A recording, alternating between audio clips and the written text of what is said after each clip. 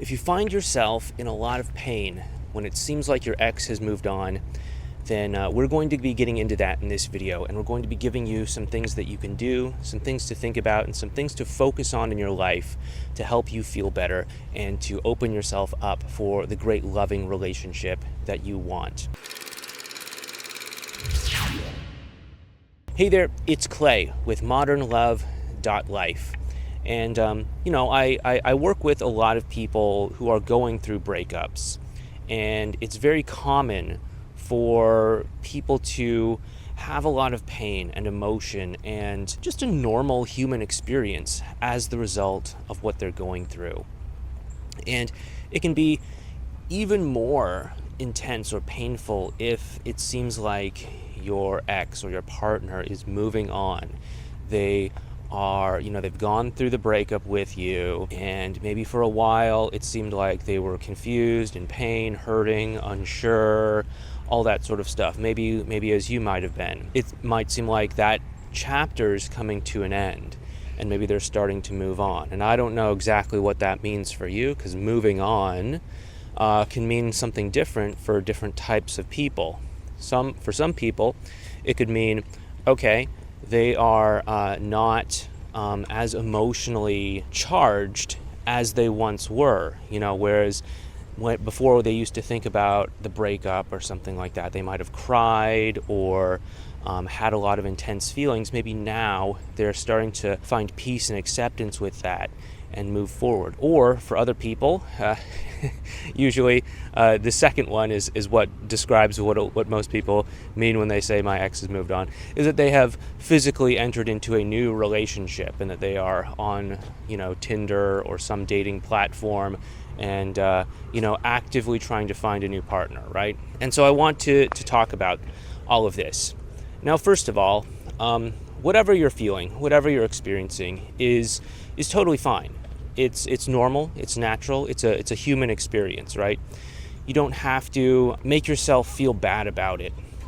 I know that there are a lot of people who might try to make you feel bad about it. Oh, hey, why haven't you moved on yet? You just need to date 10 people and then you'll forget about them. You just need to go online or something like that. But if that's just not where you're at, then I want you to feel okay knowing that what you're going through is perfectly normal. Breakups, a very emotionally intense thing in our lives. There was some sort of survey or report or something that I saw a few years back that broke down the most stressful events that a regular person is probably going to experience at some point in their lives. So like excluding things like living through a war or something like that, but more like the loss of your parent or being diagnosed with a serious disease like cancer or something,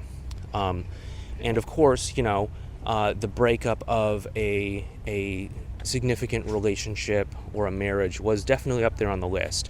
I think it was up there around like slot 3 or 4 or something like that, but it was pretty high up there over things like, hey, my spouse died or something like that.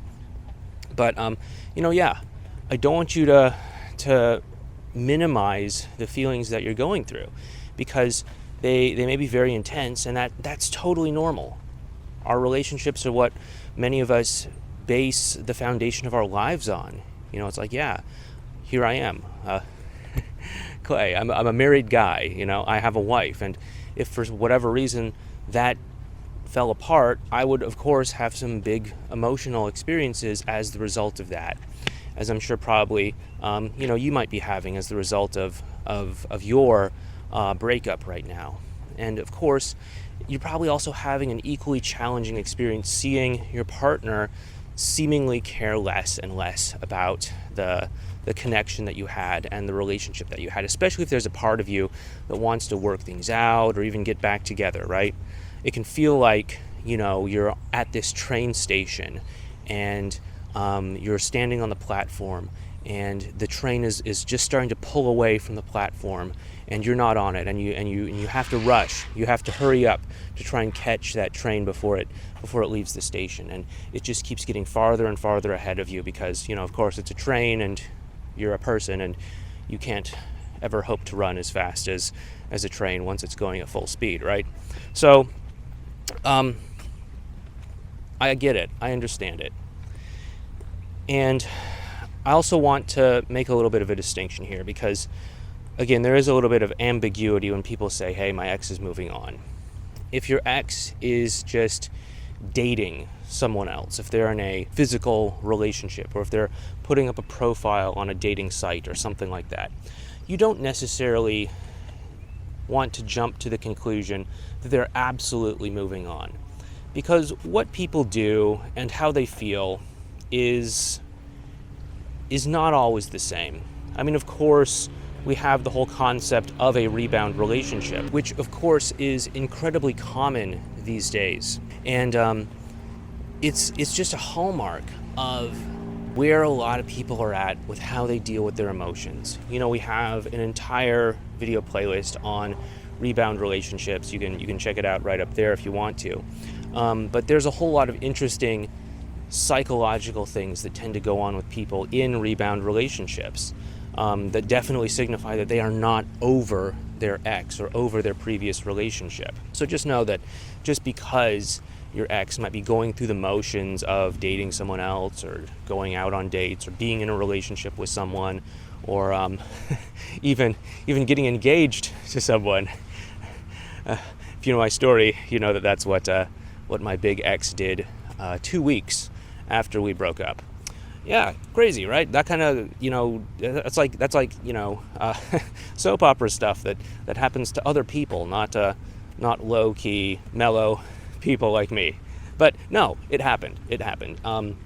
We broke up. She got into a rebound relationship instantaneously. They got engaged 2 weeks later. And obviously a rebound relationship, and obviously it had some problems down the road. But anyway, I don't know the details because, hey, none of my business. But just because they're doing things that someone would do if they have moved on doesn't necessarily mean that they've moved on, especially if they haven't processed their emotions in an appropriate, healthy sort of way, right? Obviously, rebound relationship.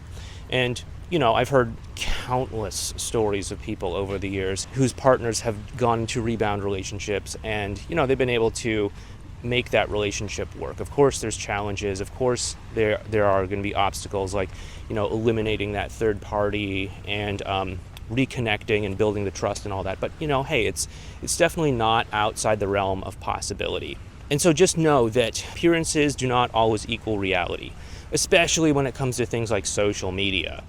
I mean, my goodness, people don't post their full self on social media. At least most of us don't. They just post a sort of curated version of their life on social media because, as we all know, the way to win at social media is to get as many likes or followers or hearts or whatever that you possibly can get. And the best way to do that is to post your luxurious vacation or your new car or some peak highlight in life or something like that. It's not to say don't share that, but just know that that's what you're looking at when you're looking at social media. You're just looking at one side of someone's life. You're not looking at the full picture. You're not looking at the hidden thoughts that they think as they drift off to sleep. You're not looking at the regret that they feel. You're not looking at their hidden yearnings that they're afraid to even admit to themselves. You're just getting a very superficial, shallow glimpse into their life.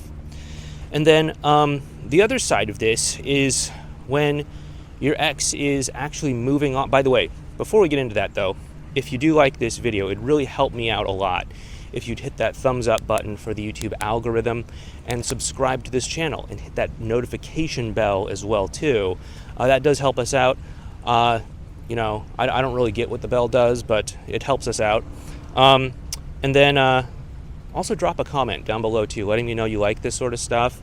All of this stuff sends a message to the computers at YouTube that say, hey, show Clay's videos to more people. Anyway, with that being said, let's get back into it.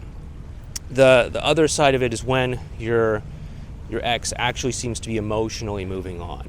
They seem to be less affected by you, by the connection that you had, by your history, by your relationship, by the things that maybe used to stir them up, like the pain of the breakup or this or that or whatever.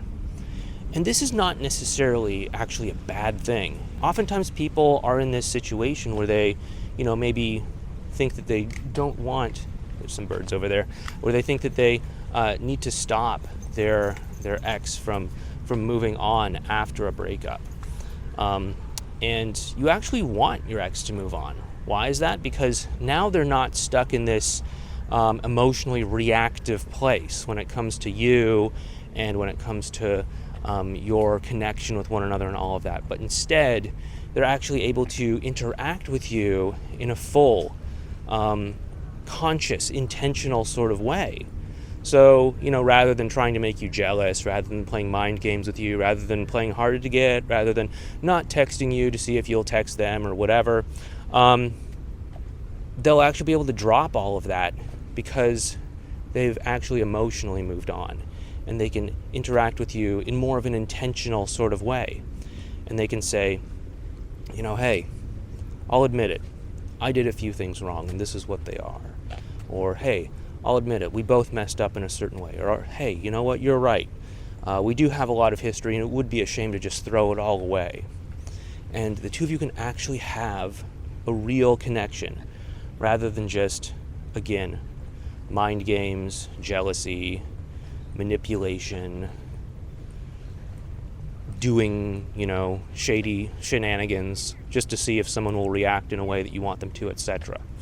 And so, it's actually a good thing if they move on. It's actually a good thing for you, obviously, because you're in a better emotional place. But it's also a good thing for them because they're going to be able to interact with you in a more straightforward kind of way rather than clouded by all the drama, the damage control mode, and everything else that so many of us do end up in immediately after a breakup. And so, no matter what, if you do want to pursue that connection, and if you do want to see what is possible, the next thing for you to do is to learn what we'd call advanced relational skills.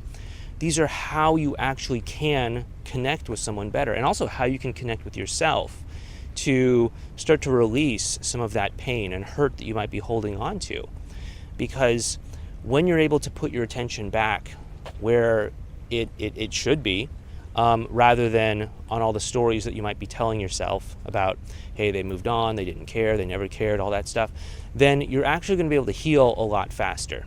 And so what I'd like you to do next is to check out this video series right over here on what we call advanced relational skills.